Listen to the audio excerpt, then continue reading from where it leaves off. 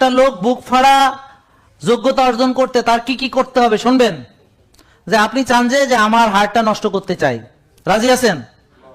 কেন রাজি নেই? আপনি তো সেটাই করতেছেন। তো রাত জাগলে আপনার আস্তে আস্তে রক্তনালীতে ব্লক হবে। আপনি যদি বেশি বেশি খান, সেটাকে বার্ন না করেন, ব্লক হবে। আপনি যদি বেশি বেশি টেনশন করেন, ব্লক হবে।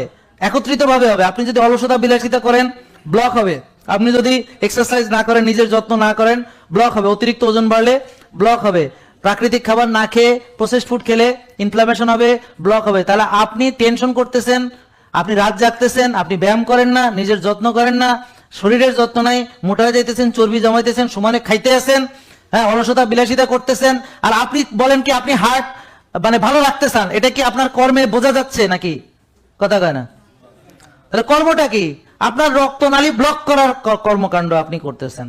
হার্টের বারোটা বানানোর জন্য আপনি আজকে চেষ্টা করতেছেন। কিন্তু যখন সত্যিকারে বারোটা বাজে যাবে, তখন কি আল্লাহ রে আমার ডাক্তার কইছে কাটি বলতে। কেন আগে খেয়াল আসছিল না? আগে খেয়াল আসছিল না? আগে খেয়াল আসছিল না? ঠিক তো সবাই কবে আরে। তো যখন ফাইনাল ঠেকা দিবে, জাহান্নামের পাশে জড়ো করা হবে, তখন সবাই কবে আল্লাহ গিভ মি অ্যানাদার চান্স, আমাকে আরেকটি সুযোগ দাও। এবার পৃথিবীতে গেলে ইবাদত করে আশা করি ফাটায় ফোটায় ফেলাম। তো দিবে?